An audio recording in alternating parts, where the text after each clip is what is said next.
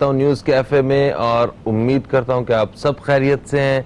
आज के दिन का और इस हफ्ते के पहले दिन का आप एक अच्छा सा आगाज़ भी कर चुके होंगे। प्रोग्राम को शुरू करते हैं और आज हम अपने प्रोग्राम में बात करेंगे अपनी कौम के हवाले से, अपने प्यारे पाकिस्तानियों के हवाले से।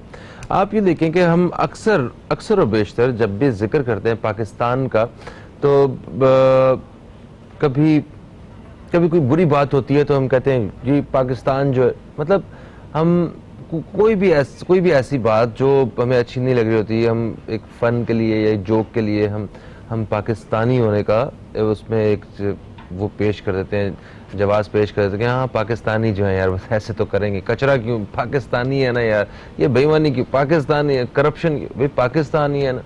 तो ये हम शायद अब इस तरह की बातें करके अपनी कौम को डिमोटिवेट भी कर रहे होते हैं और शायद ऐसी बात करने के बाद वो जो एक बेहतरी की एक रोशनी होती है ना, एक चांस होता है, वो हम ख़त्म कर रहे होते हैं। मगर ऐसी बात नहीं है। हम पाकिस्तानी इस कदर टैलेंटेड लोग हैं, इस कदर बासलाहियत लोग हैं कि हम जो इरादा कर लेते हैं वो हम करके छोड़ते हैं और करके रहते हैं। ऐसे ही कुछ लोग हैं, हमने सोचा है कि अपने प्रोग्राम में हम उन लोगों को दावत दिया करेंगे जिन्होंने वाकई कुछ करके दिखाया। कुछ चीज़ें ऐसी होती हैं कि हम शायद सारी ज़िंदगी लगा दें और हम अगर कभी खुश नहीं होंगे ना, कि हम मुतमईन नहीं हो सके, तो इंसान कभी मुतमईन नहीं हो पाता और एक तशनगी सी रह जाती है, जितनी मर्जी आप एफर्ट कर लें। कुछ काम ऐसे होते हैं, बट अगर आप पॉजिटिव और एक पॉजिटिव थॉट्स के साथ आप अगर एक मिशन पे निकल जाते हैं तो फिर आपको ये नहीं होता कि आप कितने लोग रह गए। आप बस यहाँ से मुतमईन होते हैं कि मैं जो कर रहा हूँ ना, मैं ठीक कर रहा हूँ और मैं इसी रास्ते पे करता चला जाऊँगा। और आपको देख के एक रास्ता बन चुका होता है, लोग फिर आपको देख के आपको फॉलो कर रहे होते हैं और एक सफ़र का आगाज़ हो चुका होता है। तो आज कुछ ऐसे लोगों से मिलवाना है। अभी हमारे साथ स्टूडियो में एक मेहमान मौजूद हैं जिन्होंने तालीम के शोबे में एक उस रास्ते को चुना जो पाकिस्तान में किसी ने आज से पहले उस रास्ते को नहीं चुना था। हमारे साथ एक ऐसे मेहमान मौजूद हैं जो 32 साल से 32 ईयर्स से वो मंशियात के ख़ात्मे के हवाले से काम कर रहे हैं कि किस तरह लोगों की फैमिलीज़ को बचाया जा सकता है, किस तरह नशे के आदी लोगों को नशे की लत से निकाला जा सकता है। और ये नशे की रोकथाम के लिए मुफ्त काम कर रहे हैं। इसके अलावा इन्होंने 4 किताबें लिखी हैं मंशियात पे और लातादाद अवार्ड्स हासिल कर चुके हैं। और मैं जो बताना चाह रहा था कि उन्होंने वो काम किया जो इससे पहले कोई नहीं कर रहा था, ये नारकोटिक्स में PhD हासिल करने वाले पहले पाकिस्तानी जनाब तारिक खान साहब, डॉक्टर तारिक खान साहब हमारे साथ हैं, एंटी नारकोटिक्स एक्सपर्ट हैं। आपको हम खुशामदीद कहते हैं। अस्सलाम वालेकुम। वालेकुम अस्सलाम। कैसे हैं तारिक साहब?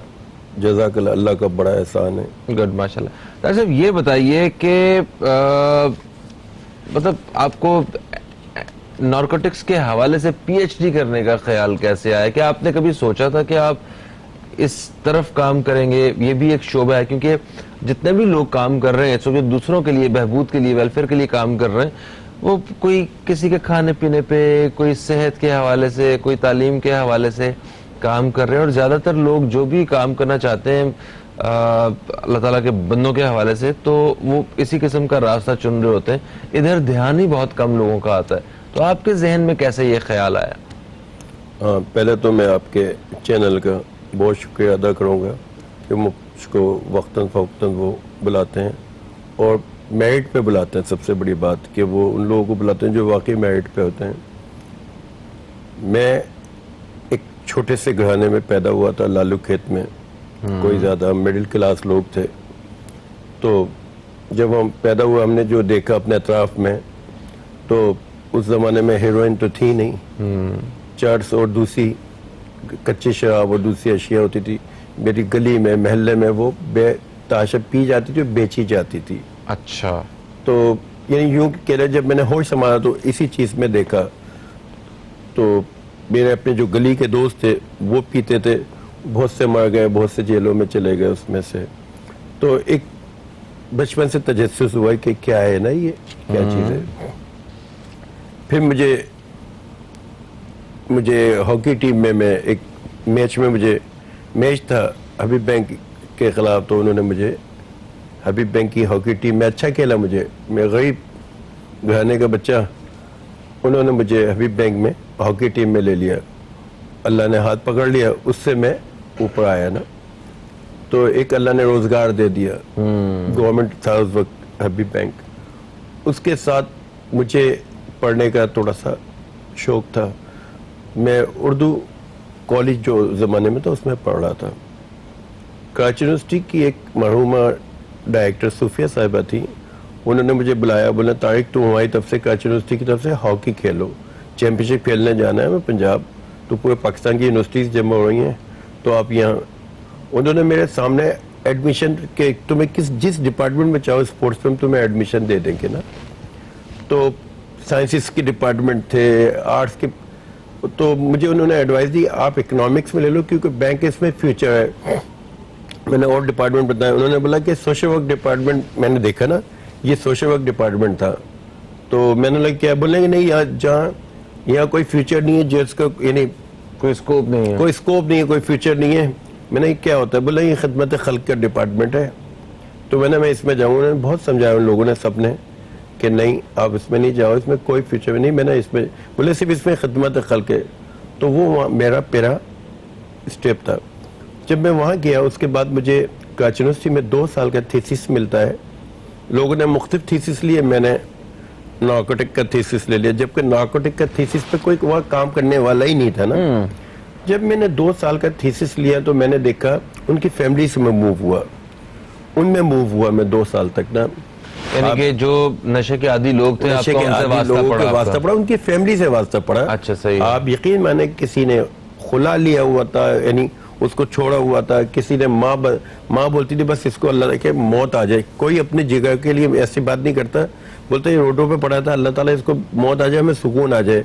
तो उन लोगों के दरमियान में मैं थोड़ा सा ओवर सेंसिटिव हूँ, तो मैंने बड़ा काम किया। वहीं मैंने कराची यूनिवर्सिटी में एक NGO बनाई, Karachi University Student Welfare Organisation, जिसमें कराची यूनिवर्सिटी के तलबा तालबात थे। हम लोग क्या करते थे, जो नशे वाले होते थे, मैं सबसे मुख्तलिफ जगहों से चंदे जमा करता था, उनको अस्पताल में उन पैसों से इलाज करवाता था। तो फिर जब मेरी तालीम कंप्लीट हुई 1991 में, 88 में तालीम कंप्लीट हुई, तो मैंने 1991 में एंटी नारकोटिक वेलफेयर ऑर्गेनाइजेशन की बुनियाद डाली, उसको गवर्नमेंट से रजिस्टर्ड कराया। उसके प्लेटफॉर्म से हमने क्या किया कि स्कूल, कॉलेज, यूनिवर्सिटीज में तलबा तालबात को हमने अवेयरनेस नारकोटिक के अगेंस्ट बताना शुरू किया कि हमने बोला कम से कम इन लोगों को रोक लो जो आने वाले हैं ना। अब वो जो आ चुके उनको तो मैं कुछ नहीं कर सकता, लेकिन कम से कम जो आने वाले उनको रोको। नहीं तो जो आ चुके हैं उनको नहीं निकाला जा सकता? बात ये है कि देखिए एक पेशेंट पे कम से कम 60,000 रुपये खर्चा आता है, 50 से 60,000 रुपये। उसकी मेडिसिन वगैरह होती हैं इसमें? कोई मेडिसिन होती है, उसका इलाज होता है, उसका खाना। जब वो छोड़ता है उसको 4 लोगों की जगह भूख लगने लगती है। अच्छा, यानी जो कोई 2 रोटी खाता है वो 8 रोटी खाएगा, 6 रोटी खाएगा ना। अच्छा, तो वो बॉडी जो है हमने देखा है काफी ज्यादा वो श्रिंक हो जाती है। जी बिल्कुल, उनकी ना। तो अब वो मैं कर नहीं सकता था, अच्छा साथ देने वाला भी नहीं। अब मैं किसी को बोलता था इनका इलाज का, यार तुम क्यों हेरोइनचियों के पीछे पड़ा हुआ ना, यानी नफरत की निगाह से देखते हैं। जबकि WHO ने इसको एक बीमारी डिक्लेयर किया है, वो हमदर्दी के मुस्तक है, बहुत मासूम होते हैं वो, तो वो बहुत हमदर्दी के मुस्तक है लोग। मैं जब भी किसी को वो बोले यार तुम TB पे काम कर लो, कैंसर पे काम कर लो, हम पैसे दे देंगे, तो मैंने बोला इन पे कौन काम करेगा, मुझे आप बताइए ना। अच्छा, फिर वो इसमें ड्रग माफिया का खतरा है, इसे ये खतरा है। जब मैंने एंटी नारकोटिक वेलफेयर ऑर्गेनाइजेशन बनाई, एक डॉक्टर थे मेरे साथ, उन्होंने बोला आप ये एंटी नारकोटिक आप तो सीधे सीधे ड्रग माफिया से वो ले रहे हैं, वो तो आपको उड़ा देंगे। मैंने कहा कम मौत तो शहादत की होगी ना, कि एक बुराई को करते हुए मैं काम करूंगा। नहीं वैसे नारकोटिक्स के लिए मतलब इसके खात्मे के लिए आप काम कर रहे हैं मंशियात के, तो कुछ वैसे ऐसे ही माफिया वगैरह से कुछ टाकरा वगैरह होता होगा? जी बिल्कुल होता है। कोई लोग, क्योंकि जिन लोगों का काम बंद हो रहा है, जिन लोगों कि वो सारी चीज़ें जो ये सब नहीं बताना चाहते आवाम तक या पीने वाले तक, उसके ये नहीं चाहते कि वो नुकसान भी बताएं, वो तो सिर्फ अच्छी अच्छी चीज़ें बताएं कि देखें इसको पीने से ये हो जाएगा, वो हो जाएगा, आपको सारी ये चीज़ें भूल जाएंगी, दुख गम भूल जाएंगे। क्या वाकई ऐसा होता है क्या? बिल्कुल ये होता है साहब। कि वो मैं आपको थोड़ा सा बता दूं, ये जो नशा, हेरोइन की मिसाल ले लेना। सर जी एक ब्रेक की आवाज़ आ गई कान में, एक छोटा सा वक्फा ले लेते हैं, वक्फे से वापस आते हैं तो ज़रा इस हवाले से तफसील से बात करते हैं। और आज ज़रा काफ़ी मालूमाती प्रोग्राम होगा मंशियात के हवाले से कि ये मंशियात का इस्तेमाल क्यों होता है और जो इस्तेमाल करते हैं उन्हें कैसे बचाया जा सकता है। इससे कहीं मत जाइए, अब तक देखते रहिए न्यूज़ कैफ़े, देखते रहिए। अभी आपसे एक वक्फे के बाद दोबारा मुलाकात होती है। मैं हूँ फ़हीम अब्बास और हमारे साथ आज स्टूडियो में मौजूद हैं डॉक्टर तारिक खान साहब, जो कि मंशियात के ख़ात्मे के हवाले से गुज़श्ता 32 सालों से काम कर रहे हैं और हम इसी हवाले से इनसे मालूमात हासिल कर रहे हैं। अच्छा, तो बात ये हो रही थी कि जो नशे के आदी लोग हैं, इनकी आदत तो ख़त्म करने के हवाले से हम बात करते हैं, नशे की तरफ मतलब अट्रैक्ट क्यों हो जाते हैं लोग और क्यों नशा ही उन्हें एक रास्ता मिलता है? मेरी जो तकरीबन 32 साल का काम या रिसर्च के लिए या जो मैंने बुक्स लिखी, जो मैंने जो पीएचडी की नॉर्कोटिक्स पे, तो उसमें मैंने जो देखा उसमें एक तो फैमिली का बड़ा अमल दखल। अच्छा। जो मियाँ बीवी के दरमियान लड़ाई झगड़े होते हैं और जो फैमिली अलग हो जाती है, मियाँ बीवी के दरमियान खुला या तलाक हो जाती है, ठीक है, उनके बच्चे बहुत डिस्टर्ब हो जाते हैं। वो क्या करता है, बच्चा पे कहीं पनाह की तलाश में, उसको जहाँ कहीं पनाह मिलती है, कहीं जो भी हाथ मिलता है उस पे दोस्ती का या रहम वाला उसकी तरफ अट्रैक्ट हो जाता है, चाहे वो कोई लड़की हो चाहे कोई और दूसरा तरीका हो। तो ज़्यादातर लोग मैंने देखा कि वो किसी चीज़ की तलाश में रहते हैं। अब उनको इस टाइप का कोई दोस्त मिलता है। हमेशा जो भी नशा होता है वो पहला नशा आदमी अपनी जेब से नहीं खरीदता, उसको देने वाला दूसरा होता है, वो नशा उसको ऑफर करता है, वो पीता है और फिर हमेशा उसके पहली दफ़ा मुफ्त में पिलाता है, फिर उसके नशे से पीता है। जब उसको लग जाती तलब हो जा लग जाती लत लग जाती है, तो वो क्या करता है कि वो बोलता है यार मुझे तो नशा चाहिए, तो बोलता है यार चलो ठीक है पैसा दो, फिर वो उसके पैसे से खुद भी नशा करता है। तो बुनियादी जो चीज़ आपने मालूम की है उसमें ज़्यादातर जो देखा है वो फैमिली के इख्तलाफात, जो मैं अभी तक इवन मैं एक हॉस्पिटल में भी जॉब करता हूँ, तो वहाँ भी जो मैंने जितने तकरीबन वहाँ पे 50-60 पेशेंट हैं, तो उधर मैं देखता हूँ कि सबकी मैं मालूमात लेता हूँ, वो उसी वजह से डिस्टर्ब हुए हैं फैमिली ठीक है। ये कि उन्हें ब्रोकन फैमिली, अपनी फैमिली में नजरअंदाज किया जाता है लोगों को, या उन्हें वो जो एक तवज्जो चाहिए होती है वो नहीं मिल रही होती है और वो एक गलत एनवायरनमेंट जो है ना वो उन्हें मिल रहा होता है, लड़ाई झगड़ा और हर वक्त तो एक वो सुकून की तलाश में वो नशे तक पहुंच जाता है। ठीक है, ठीक है, इस हवाले से बात करते हैं। हमारे साथ एक कॉलर है, इन्हें शामिल करेंगे। अस्सलाम वालेकुम जी, कौन है हमारे साथ? फ़हीम भाई, वालेकुम अस्सलाम, यहिया बात कर रहा हूँ। जनाब जय भाई, कैसे हैं? अल्लाह का शुक्र है, सर को बहुत सलाम हो और यकीनन मैं जो ये काम कर रहे हैं इनको अप्रिशिएट करने की बहुत जरूरत है, क्योंकि देखिए मंशियात पे काम करना आसान काम नहीं है। जिन लोगों से आप डील कर रहे होते हैं, चाहे वो क्रिमिनल हो चाहे वो एडिक्ट हो, दोनों ही से बड़ा मुश्किल काम होता है, क्योंकि वो जो इन्होंने जो कोर ऑफ द इशू इन्होंने बता दिया है कि घर में ही आपको पहले पता चलना चाहिए कि आपका बच्चा क्या कर रहा है, और अगर आपके घर की डिस्टर्बेंस मामला खराब है तो बच्चे को ऐसा माहौल प्रोवाइड करना चाहिए कि बच्चा अटैच रहे माँ बाप से, ना कि वो ये भगर से फरार कर अख्तियार करे। ये तो एक बुनियादी बात है जिसको समझने की जरूरत है। लेकिन देखिए बात पता है क्या, हमारे यहाँ प्रॉब्लम ये है कि हम लोग मंशियात जो है ना, ये हम यहाँ का मामला नहीं है, ये कोलंबिया से लेके दुनिया भर में मंशियात बड़े ड्रग स्कूल में, यहाँ से ज्यादा कॉलेजेस में भी है। लेकिन अब जो एक फैशन बन गया है ना, जैसे आइस का नशा है, ये एक फैशन बन गया, ये आप अपने घर में हाई फाई स्कूलों में हाई फाई जगहों पे बन गया, ये इसको एड्रेस करने की जरूरत है। मेरा सवाल सर से ये, सर बात ये है कि हमारे यहाँ कानूनी तौर पे तो अगर एक दो इखलाकी पहलू, एक कानूनी पहलू। इखलाकी पहलू तो आपने चले, आपका ये है कि आप अपने घर में बच्चों पर नजर रखें और उनको अच्छे माहौल दें और उनको अच्छी चीजें समझाएं। ठीक है, लेकिन क्योंकि वो बाहर निकल रहा है एनवायरनमेंट में, जो यूनिवर्सिटीज में जा रहा है या दूसरी जगह जा रहा है, वहां इसको डिफरेंट माहौल मिल रहा है। एक तो ये कि हमें ये अंदाजा करना चाहिए कि मेरा बच्चा किसी नशे में मुब्तला है, क्या उसकी बिहेवियर में चाहिए, एक तो ये। दूसरा एक कानूनी नुक्ता है, क्या आप इस पर काम करें, क्योंकि कानूनी नुक्ता है कि जो मंशियात प्रोवाइड करने वाले हैं वो वही लोग हैं जो कानून नाफिज करते हैं। अभी एक यूनिवर्सिटी में आइस का एक डीलर पकड़ा गया जो आइस प्रोवाइड करता था, वो एक पुलिस से ताल्लुक रखता था। जब कानून नाफिज करने वाले मंशियात फरोश बन जाएंगे तो फिर हम कैसे इससे निजात पाएंगे। सही, बहुत शुक्रिया, बहुत शुक्रिया, बहुत शुक्रिया। ठीक है, इन्होंने कहा कि दो चीज़ें इन्होंने पूछने की कोशिश की कि क्या नशा जो है वाकई फैशन बन गया हुआ, या इसकी बात कर रहे थे, और फिर जो ड्रग प्रोवाइडर्स हैं, ठीक है, जो प्रोवाइड करते हैं आपको, इनकी बात कर रहे थे। खैर, हम बात शुरू करते हैं जहां हमने बात छोड़ी थी कि क्या वाकई इंसान नशे तक जो है वो सुकून के लिए पहुंचता है? नशे पे जो पहुंचता है वो वाकई सुकून के लिए पहुंचता है। उसको इनफैक्ट क्या होता है कि वो, मैंने आपको बताया ना, घर का एटमॉस्फेयर, अगर माँ बाप में फ्रेंडली माहौल होगा ना तो बच्चा भी फ्रेंडली होगा। और माँ बाप को चाहिए कि वो हर चीज़ उसको बचपन से उसकी ऐसी तरबियत करें कि वो आपसे हर बात को शेयर करे ना, उसके बगैर रह नहीं सके। तो ये जो आजकल माँ बाप का और बच्चों का एक दोस्ती वाला जो ताल्लुक होता है, ये हेल्पफुल है ऐसी चीजों से बचने के लिए? बहुत हेल्पफुल है, बहुत ज्यादा हेल्पफुल है। अच्छा। और बच्चे को जरूरत नहीं है वो किसी और से बात शेयर करे, वो अपने माँ बाप से करे। तो एक दोस्ताना माहौल देना चाहिए, जो मैंने लगाया अंदाजा।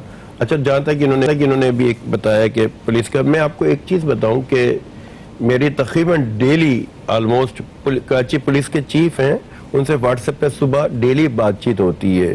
गुलाम नबी मेमन साहब है, मैं बहुत अच्छे इंसान है, वो काम करना चाहते हैं ना। बात यह है कि लेवल के लोग, यानी हर जगह, अब पुलिस में काली भेड़ है जिनको मैं बोलूंगा। अब वो एक इतना बड़ा कराची है, अब एक अच्छे इंसान है, उनके नीचे भी कुछ अच्छे इंसान है। बात ये है कि निचले लेवल पे होते हैं, SHOs हो गए, हेड मॉडल्स, वो तो बेशुमार है ना। अब वो किस किस पे नजर रखे। अभी 2 दिन पहले हमने नॉर्थ कराची इंडस्ट्री एरिया से खमीसो खान गोड में ऑपरेशन किया, उसमें 9 किलो हेरोइन बरामद की। वो बाकायदा मुकाबला हुआ।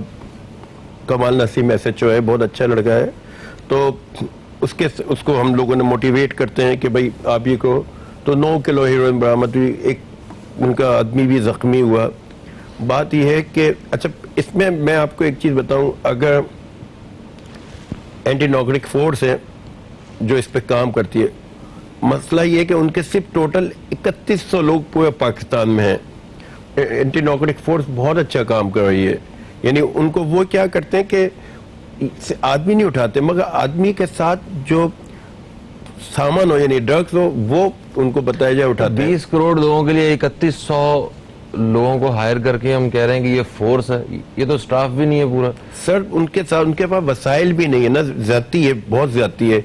मैं तकरीबन पहले जब एंटी नार्कोटिक फोर्स बनी थी, उनके जितने ब्रिगेडियर्स आते हैं मैं उनके साथ अटैच रहता हूँ ऑलमोस्ट। सही है, ठीक हो गया सर। अभी 2 क्वेश्चन रह गए हमारे पास। एक तो क्या नशा वाकई फैशन बन चुका है, और इसमें क्या आने वाली ऐसी बात कि नौजवान जो है नशे की तरफ माइल हो रहा है? लेकिन जहाँ तक नशा फैशन बन गया, हाँ अब बन गया है। अब बन गया, जितने पॉश, स्पेशली पॉश एरियाज के, जो पॉश एरियाज की यूनिवर्सिटीज है वो है, उसमें नशा फैशन बन गया है। उसमें जैसे कि उन्होंने आइस बोला, आइस का इस्तेमाल बहुत बहुत ज़्यादा होने लगा है। और आप यकीन मानिए कि मेरे पास जो इंफॉर्मेशन है वो इतनी ख़तरनाक है कि अगर इसको नहीं रोका गया ना, अल्लाह ना करे, ये आग आपके और मेरे घर तक फैल सकती है। ओके, सिगरेट जो है, क्या वो पहला नशे पे जाने के लिए पहली सीढ़ी है वो? सर, सिगरेट को गेटवे बोलते हैं, यानी गेटवे मींस दरवाजा है नशे की। पहली जो सीढ़ी है वो टोबैको सिगरेट नोशी है। सिगरेट नोशी से गर्दे की तरफ जाते नहीं, चर्च की तरफ जाते हैं। ठीक है, चर्च से आगे नशा स्विच। देखें, एक लिमिट होती है हर नशे की ना, कि यहाँ तक वो आपको मजा देता है, उसके बाद मजा आना खत्म हो जाता है, फिर आप हार्ड और मजीद हार्ड नशे की तरफ जाते हैं। दवाई होती है उसके लिए, आप मतलब पहले आपको एक सरदर्द की गोली से असर हो रहा होता है, आहिस्ता आहिस्ता फिर 2 चाहिए होती हैं, फिर 4 भी चाहिए होती हैं। तो ये ठीक है। तो आप, क्योंकि हमारे पास जो है ना प्रोग्राम का जो हिस्सा है, इसमें वक्त कम है, और मैं चाहता हूँ कि आपको एक पावरफुल सा मैसेज जो है वो अपनी रिसर्च और अपनी जो आपने इतना काम किया उस हवाले से पब्लिक को दें, ताकि उनका फ़ायदा हो सके, बच्चों का, आने वाली नस्लों का और फैमिलीज़ का। जहाँ तक पावरफुल मैसेज की बात है फ़हीम साहब, उसमें ये है कि माँ बाप को चाहिए कि अपने बच्चों पे नज़र रखें, नज़र रखें कि उनका बच्चा कहाँ जाता है, किधर जाता है। तमाम दोस्तों के कॉन्टैक्ट नंबर होने चाहिए, उसको बिल्कुल उसका पीछा करना है आपने बाकायदा ना, और ये टीचर से उसकी मालूमात लेनी है। बीवियां शौहरों का पीछा करती हैं, बिल्कुल, काश माँ इसी तरह बच्चों के पीछे कर लें तो ये नौबत नहीं आए। ठीक है, मियाओं पे तो नजर होती है लेकिन बच्चों पे नजर नहीं होती। Sir thank you so much, आप तशरीफ लाए तारिक साहब, अच्छी एक मालूमाती गुफ्तगू रही। दोस्तों एक वक्फे का वक्त है, वक्फे से वापस आएंगे तो एक और मेहमान से आपकी मुलाकात करवाई जाएगी जिन्होंने वाकई अपनी ज़िंदगी में एक बहुत बड़ा एक कारनामा सर अंजाम दिया तालीम के शोबे में। वेलकम बैक, आप देख रहे हैं न्यूज़ कैफ़े, मैं हूं फ़हीम अब्बास और प्रोग्राम के दूसरे हिस्से में हम दाखिल हो चुके हैं जहां मैं आपकी मुलाकात करवाने वाला हूं एक बहुत ही काबिल मेहमान से। और ये मेरे साथ जो मेहमान शख्सियत मौजूद हैं, ये एक ऐसी शख्सियत हैं जिन्होंने ज़िंदगी में एक इरादा किया और फिर ये सब कुछ सोचे बगैर कि ये कैसे मुमकिन होगा, उस मिशन के ऊपर चल पड़ी। और बहुत से बच्चे, मतलब कितने घरों में उन्होंने हेल्प आउट किया है उनके बच्चों की अच्छी तरबियत करके। बच्चे भी आम बच्चे नहीं, ख़ास बच्चे जिन्हें हमारे ख़ास रवैये की ज़रूरत होती है, और हम उन्हें ख़ास तो क्या आम भी रवैया, उनके साथ आम बर्ताव भी नहीं कर पाते हैं। तो उन बच्चों के लिए जो स्पेशल चिल्ड्रन होते हैं उनके लिए इन्होंने काम करके और उनको एक ज़िंदगी में वापस लाने में उन बच्चों को एक ख़ास किरदार अदा किया है। गुज़श्ता 27 साल से ये इस शोबे से वाबस्ता हैं, क्योंकि ये ख़ुद एक इस सारी सूरत हाल को बड़ी हकीकत से और करीब से देख चुकी हैं। 3 साल की उम्र में इन्हें पोलियो हुआ और उसके बाद इन्होंने सोचा कि जब बड़ी हुई तो इन्होंने सोचा कि मैं तो जो मैंने बेयर किया है ये कोई और ना बेयर करे, और इन्होंने जो रास्ता खुद ढूंढा उस रास्ते में और ज़्यादा रोशनी करके दूसरों के लिए वक्फ किया। तो मेरे साथ मौजूद है सलमा बहादुर साहिबा, जो कि एक ट्रस्ट चलाती हैं जिस ट्रस्ट का नाम है उम्मीद का वेलफेयर ट्रस्ट। आपको हम खुश आमदीद कहते हैं। अस्सलाम वालेकुम। वालेकुम अस्सलाम जी। कैसी हैं आप? मैं अल्लाह का शुक्र है ठीक हूँ। ठीक है माशाल्लाह, चलें ज़बरदस्त। और सलमा साहिबा से तो बातचीत रहेगी। हमारे साथ एक और भी मेहमान मौजूद हैं जिनसे बात करके मुझे बड़ा मज़ा आ रहा है। ये देखें अभी भी हंस रही हैं। आप हंसना बंद करेंगी तो फिर मैं तारुफ कराऊंगा। जैसे मजाक कर रहा हूँ, बिल्कुल ऐसे, बिल्कुल परेशान ना हो। हमारे साथ मौजूद है सनिया जो है वो सलमा साहिबा की स्टूडेंट है, और अभी इनसे जब बात की है ना मैंने, तो मुझे स्टूडेंट कम लग रही हैं और मुझे इधर बाकी बच्चों की टीचर ज्यादा लग रही है। तो हम सनिया को खुश आमदीद कहते हैं। अस्सलाम वालेकुम सनिया। वालेकुम अस्सलाम, आप कैसे हैं? मैं ठीक हूँ, आप कैसी हैं? अल्लाह का शुक्र है, अल्हम्दुलिल्लाह। प्रोग्राम देखती हैं मेरा? जी। अच्छा लगता है? जी। चले, सही कह रही ना आप? ठीक हो गया। अच्छा जी सलमा जी, तो 3 साल की उम्र में पोलियो आपको हुआ, तो उसके बाद मतलब वो क्या चीजें आपने फेस की और आपको लगा कि नहीं, मुझे जो खास जो बच्चे हैं, जो खसूसी जिन्हें तवज्जो की ज़रूरत है, उनके लिए काम करना है, तो ये कैसे ख्याल आया? जैसे आपने बताया 3 साल की उम्र में मुझे पोलियो हुआ, और कुछ बच्चे ऐसे हैं जो उन्हें बाय बर्थ या इस तरह से होता है कि उन्हें आगे बढ़ना है, कुछ ना कुछ करना है। तो मैं उसी मतलब इससे कम एज में भी मुझे बहुत शौक था, मुझे पढ़ना है, मुझे आगे बढ़ना है। तो इस सिलसिले में मेरी जो बड़ी सिस्टर है वो स्कूल जाती थी, मेरा बैग उन्होंने कैरी करना, और हम लोग मैंने प्राइमरी तक इसी तरह से पढ़ा। ठीक है।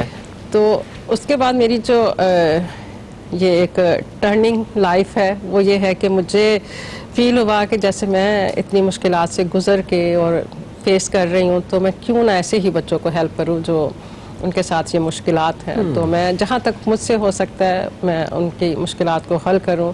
और ये कोई भी एक अकेला बंदा नहीं करता, बहुत सारे लोग साथ मिलके कर रहे होते हैं, मगर अल्लाह ताला किसी ना किसी को ऐसा एम्बिशन देते हैं। और मुझे भी यही एम्बिशन मिला कि मुझे इन बच्चों के लिए काम करना है। ये सिर्फ बच्चों तक भी नहीं है, क्योंकि हमारी जो कम्युनिटी स्पेशल पर्सन है, बड़े हैं, बच्चे हम उन्हें इन सेंस में कहते हैं कि जैसे अगर वो 50 साल की है मगर उनकी मेंटल एज अगर वो 10 साल की है, 4 साल की है, तो वो इस सेंस में उन्हें बच्चे कहा जा सकता है। सही सही इस सही। कम्युनिटी को हेल्प करना ही मेरा जो है वो दिल से, ठीक है, ये आपका एम मकसद है आपकी जी, जिंदगी का भी ये मेरी किसी- लाइफ का मकसद है।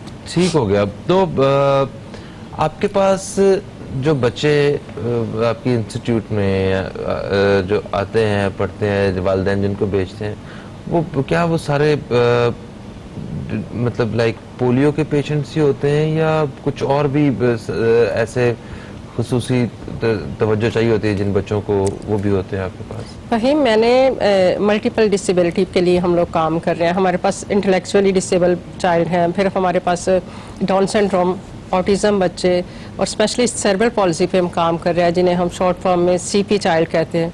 और सीपी चाइल्ड जो है वो मोस्टली ऐसा होता है, मतलब बहुत सारी वजूहात हैं, मगर एक जो मेन वजह है वो बाय बर्थ ऑक्सीजन की कमी से जो बच्चे। ओके, ठीक है। ये सनिया का शुमार जो है ये सीपी चाइल्ड जी, में था। इनका भी बाय बर्थ ऑक्सीजन की कमी से ये सीपी चाइल्ड है।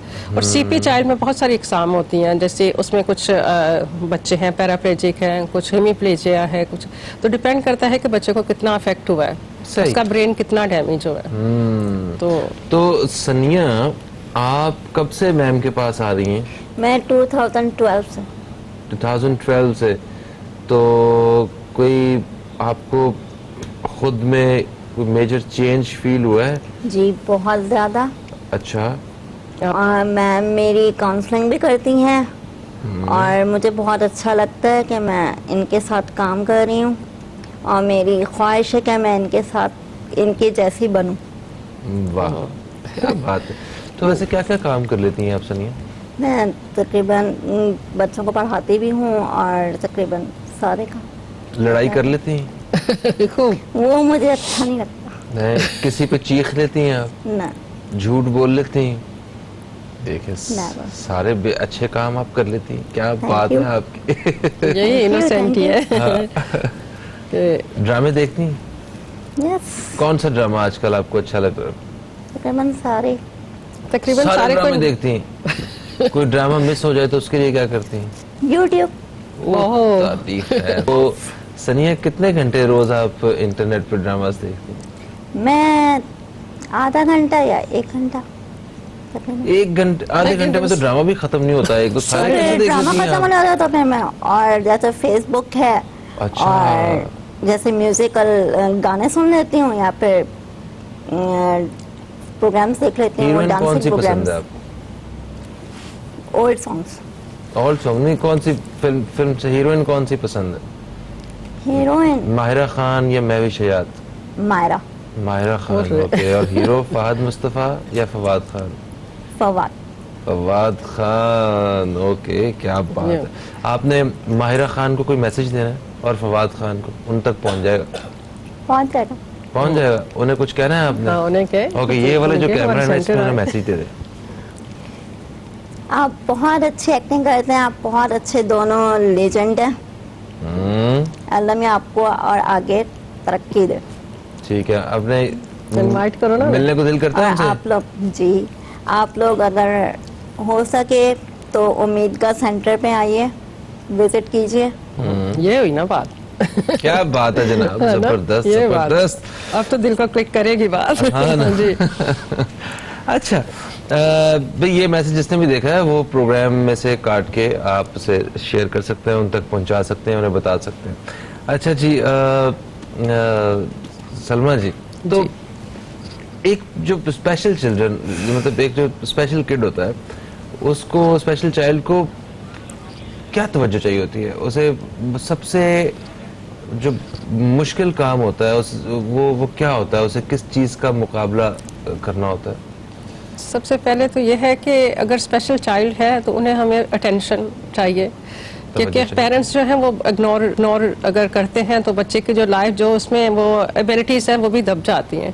तो अगर हम इनकी रिहेबिलिटेशन, जैसे उम्मीद का रिहेबिलिटेशन वेलफेयर ट्रस्ट रिहैब, ये है कि हम इनकी बहाली करते हैं ना, क्योंकि एक बच्चा स्पेशल है, स्पेशल तो वो रहेगा, सारी लाइफ रहेगा। बहुत सारे मतलब केसेस में ऐसा होता है कि स्पेशल चाइल्ड हमेशा है, मगर उन्हें हम जब रिहेबिलिटेशन उनकी हो रही होती है, उनके हम काम वो कर रहे हैं, उनकी हेल्प आउट कर रहे हैं, तो वो ज़रूर अपनी लाइफ में कुछ ना कुछ करते हैं। जैसे सनिया है, इनको हेल्प आउट किया गया। ये जब छोटी थी तो ये क्रॉलिंग करती थी। इसकी अम्मी कहती थी कि जिस दिन मैंने प्रॉमिस किया था कि पहला स्टेप लेगी, मैं उतने ही जितने ये स्टेप लेगी उतनी मैं मिठाई बांटूंगी। मतलब एक टाइम ऐसा होता है कि पेरेंट्स इस तरह से मायूस होते हैं, मगर जब उन पे तवज्जो दी जाती है तो वो बहुत सक्सेसफुल होते हैं। आज ये अपने पैरों पे चल सकती है, माशाल्लाह अच्छी जिंदगी गुजार रही है। तवज्जो की बहुत सख्त जरूरत है इन बच्चों को। कुछ कहना चाह रही है ये सनिया? ये इनका भी साथ है और अम्मी अब्बू का भी साथ है, तो इस मुकाम पे पहुंची हूँ। वाह क्या बात है, माशाल्लाह। तो मैं सैल्यूट करती हूँ ऐसे पेरेंट्स को जो अपने बच्चों को इग्नोर नहीं करते और उन्हें तवज्जो देते हैं। और ये सच्ची बात है, अगर हम इदारे भी तवज्जो दें और पेरेंट्स भी उस पर काम करें कि ये बच्चे जैसे हमारे नॉर्मल बच्चे हैं, उनकी हम स्कूलिंग कर रहे होते हैं, उनकी अगर कोई मेडिकल उनको हेल्प की जरूरत होती है, हम फौरन भाग के उनके लिए कर रहे हो, तो इन बच्चों को भी उसी तरह से टाइम दें। ये बच्चे बहुत कुछ कर सकते हैं, ये हमारी तवज्जो के मुस्तहिक होते हैं। तवज्जो के साथ साथ अगर प्यार है तो डबल एक हो जाता है। तो अच्छा सनिया, आपको ना सारे पाकिस्तान के लोग देख रहे हैं इस वक्त जी। तो जो भी बच्चे हैं, जो बच्चों के अम्मी अब्बू हैं, उनको कुछ आपने कहना है इनको तो आप बिल्कुल कह सकती हैं। फिर हमने ब्रेक पे जाना है। आप लोग हमारा साथ देंगे, हम लोग और आगे बढ़ेंगे, और आप लोग हम लोग को इग्नोर ना करें, हम लोग का साथ दें, और बस इतना मैसेज है। सनिया प्लीज हम लोग को इग्नोर ना करें।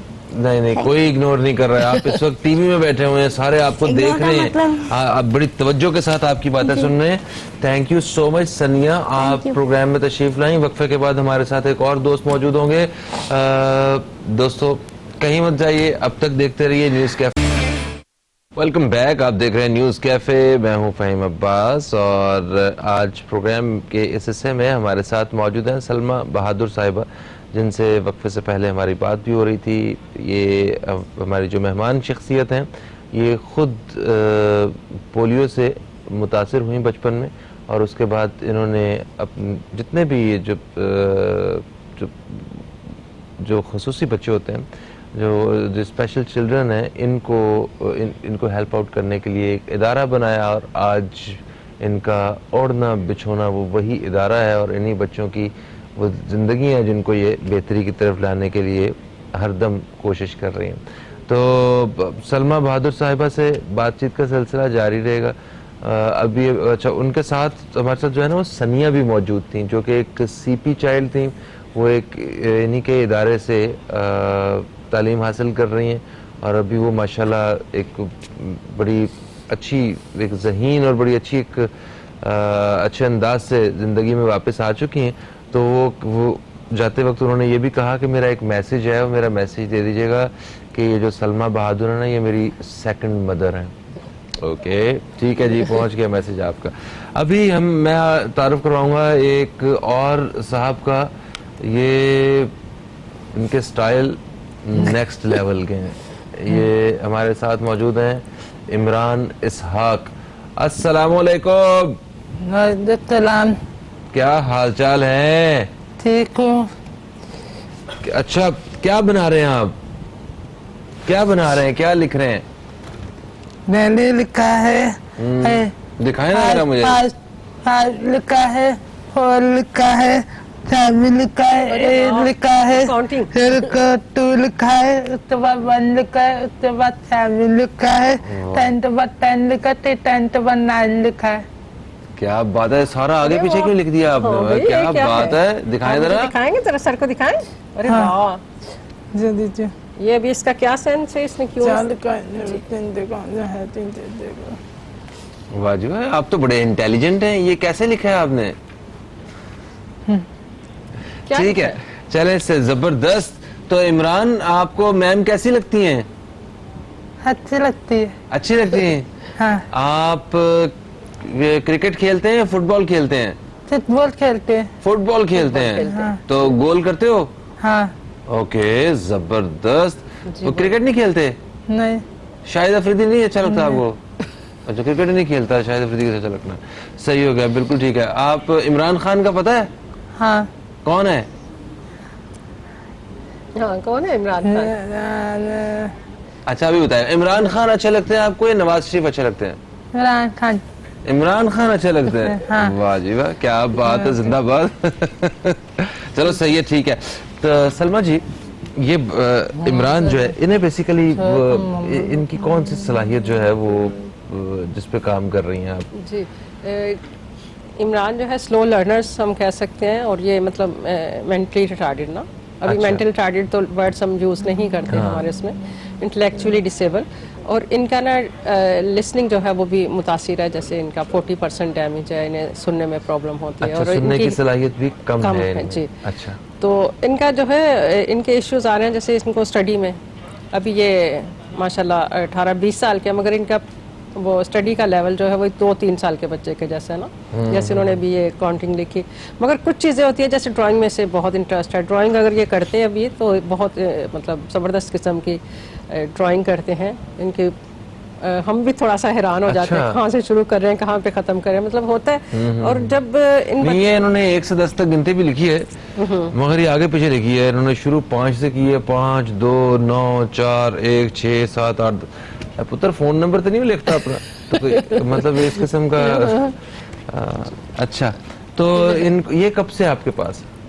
इन्हें मेरे ख्याल में 7-8 साल हो गए ना। 7-8 साल हो गए। और चेंजिंग इनमें ये आई है कि बच्चे जो हैं, अगर ये इनमें कुछ कॉन्फिडेंस लेवल भी बेहतर होता है।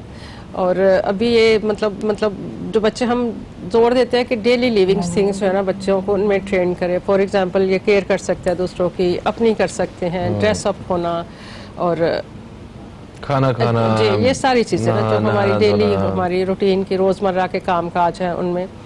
और आगे चल के हमारा ये है कि ये अगर किसी जैसे पैकिंग का कुछ काम कर सके, किसी फैक्ट्री में इन्हें जॉब मिल जाए, क्योंकि हम लोग हमेशा तो इन बच्चों को पेरेंट्स पे भी डिपेंड नहीं कर सकते। तो फ्यूचर में यही होता है कि कोई ना कोई इन्हें वोकेशनल ट्रेनिंग दी जाए ताकि अपने पैरों पे खड़े हो सके। बिल्कुल सही। कॉलर हमारे साथ हैं, इन्हें हम शामिल करेंगे, देखते हैं कौन है, क्या कहते हैं। अस्सलाम वालेकुम जी, हमारे साथ। वालेकुम अस्सलाम, मैं फ़हीम इम्तियाज कर रहा हूँ। इम्तियाज साहब, आपको हम खुश आमदीद कहते हैं। कराची से आपने फोन किया है, क्या कहेंगे? जी सर, शुक्रिया, ज्यादा टाइम नहीं लूंगा। बहुत नेक और इम्पोर्टेंट काम आप कर रहे हैं फ़हीम भाई। बात दरअसल ये है, जो ये मेरी बहन काम कर रही है, इनकी जितनी तारीफ की जाए कम, और इसकी जजा तो सिर्फ अल्लाह पाक ही दे सकते हैं, हमारी और ताकत और औकात नहीं। और रह गई बात मामलात की, तो मामलात ये काम तो रियासत के हुआ करते हैं, मगर जिन जैसे लोगों को अल्लाह ने मुंतखब फरमाया, पसंद फरमाया, जैसे ईदी साहब थे, जैसे अपने अदीब रिजवी साहब है, जैसे अब्दुल कदीर खान साहब थे, इस तरह के लोगों को अल्लाह मुंतखब फरमाता है और इनसे ये नेक काम करवाता है। इनके लिए जितनी भी इनको अप्रिशिएट की जाए कम है। और इसके साथ साथ एक बात और कहना चाहता हूँ तमाम फलाई इदारे से जो पाकिस्तान में काम कर रहे हैं कि सर मसला के पाकिस्तान में तो कुछ होने वाला नहीं है, तो आप लोग ही कम से कम डेंगू के स्प्रे करा दें पूरे पाकिस्तान में। अस्सलाम वालेकुम। वालेकुम सलाम। वालेकुम सलाम। ठीक हो गया जी, आपका पैगाम जहाँ तक पहुँच जाएगा। और आपने अप्रिशिएट किया है जी फलाही इदारों को, आपकी मेहरबानी जनाब, थैंक यू सो मच। मगर ये सिर्फ ठीक है, अप्रिशिएट करना बहुत अच्छी बात है, मगर मेरी सलमा जी जितने भी कोई एनजीओ वालों से जब भी मेरी कभी बात हुई है ना, तो वो जहाँ एक मकसद के साथ, एक मिशन के साथ जिंदगी में मतलब लगे होते हैं लोगों की मदद करने के लिए, वहाँ वो खुद दुखी भी होते हैं किसी चीज़ से। तो मतलब कि आप क्यों दुखी हैं, किस बात पे?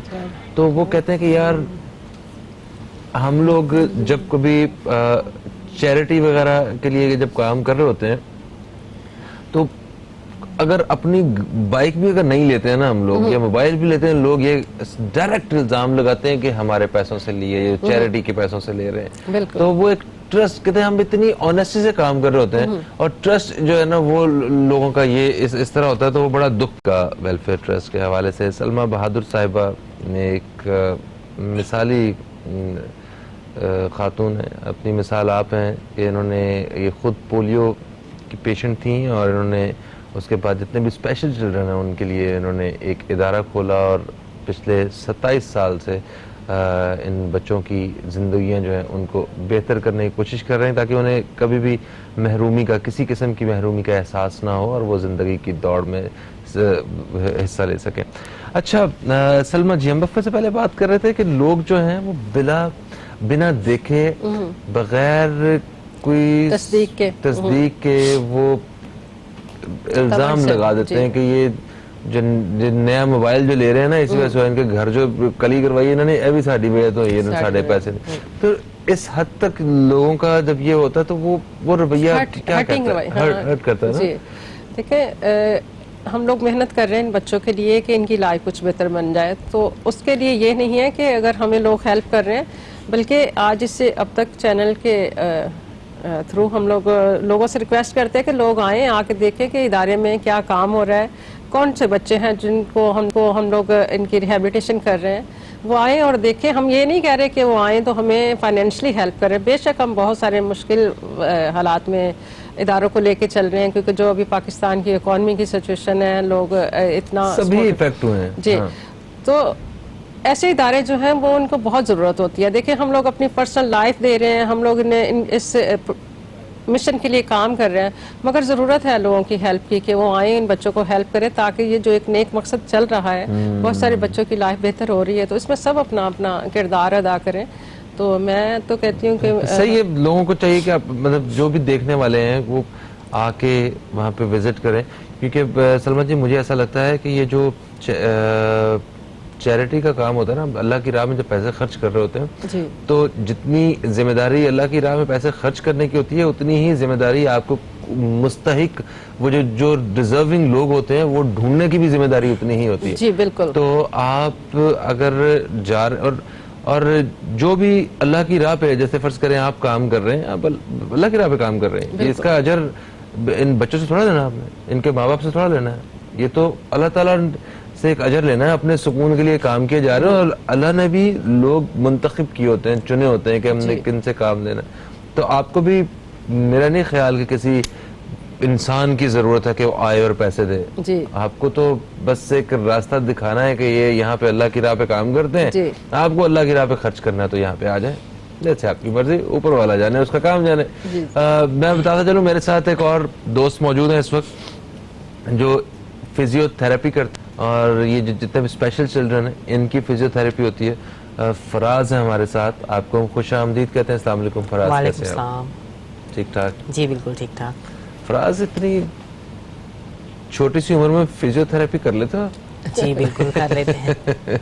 अच्छा, क्या आप मतलब एक्सपीरियंस है आपका, क्या अपने जॉब की जो नेचर है वो बताइए, बच्चों के साथ कैसा आपका वो रिलेशन रहता है, इस बारे में थोड़ा बताइए। इन बच्चों के साथ ज़रा हमें बिल्कुल कूल माइंड रहना पड़ता है, बड़े तरीके से, प्यार से इस तरह चलना पड़ता है कि जैसे हम इनसे कोई गुस्सा नहीं होना है। अगर ये कुछ बच्चे ऐसे होते हैं जो थोड़ा सा हाइपर हो जाते हैं, हमें उनसे नाराज हो जाते हैं। बिल्कुल हाँ, जब फिजियो करा रहे हैं तो उनको पेन होता है, तो जाहिर सी बात है वो नाराज हो जाते हैं, फिर उन्हें चॉकलेट्स देके, स्वीट्स देके, प्यार से, इस तरह से मान भी तो फौरन जाते हैं ना, मान भी फौरन से जाते इसी तरह से लेके चलना पड़ता है। अच्छा, तो कौन से पेशेंट जो है, मतलब कौन से बच्चे होते हैं खास तौर पर जिनको आप ट्रीट कर रहे होते हैं? ज्यादा जो है सीपी चाइल्ड है। सीपी चाइल्ड है, ठीक है, बिल्कुल।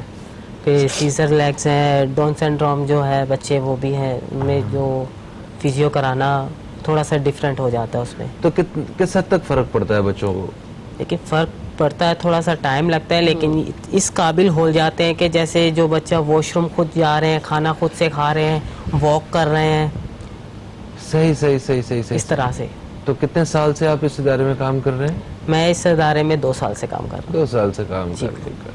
अच्छा, तो सलमा जी, जो बच्चों की आप तरबियत कर रही होती हैं, उनको कोई ना कोई हुनर सिखा रहे होते हैं आप, या उन्हें जैसे फिजियोथेरेपी से वो चलने फिरने के काबिल हो जाते हैं, वो बच्चे चलने फिरने से कासिर होते हैं, इसके एवज क्या मतलब कैसे एक्सपेंडिचर्स पूरे हो रहे होते हैं, और ये क्या फीस होती है इनकी, पिक एंड ड्रॉप? फिर ये जिस बच्चे को फिजियोथेरेपी चाहिए, माँ बाप रोज तो नहीं लेके जा सकते, वो तो बेहतरीन जगह के एक स्कूल में दाखिल करवा दिया जहाँ बच्चा खुश भी है और उसका सारा ट्रीटमेंट भी चल रहा है, तो कैसे होता है ये सब?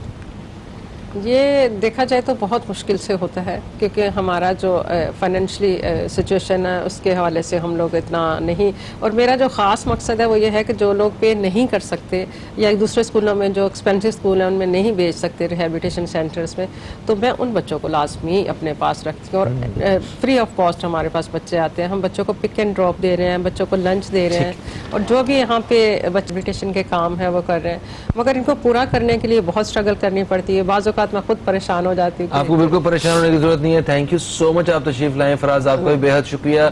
जितने लोग आपको इस वक्त देख रहे हैं सबकी दुआएं भी आपके साथ हैं और हमारी दुआएं भी आपके साथ हैं, और बाकी जो वाकई ग्राउंड पे इनकी मदद करना चाहते हैं कि इन बच्चों के साथ जो है वो मिल के इस सफ़र को और ज़्यादा बढ़ा सकें और ज़्यादा बड़े पैमाने पे काम कर सकें, जो मुखय्यर हजरात हैं वो इस उम्मीदगाह वेलफेयर ट्रस्ट को ज़रूर विजिट करें ताकि आपकी वजह से बाकी लोगों का भी फ़ायदा हो सके। फ़हीम अब्बास को, न्यूज़ कैफ़े टीम को दें इजाज़त। कल फिर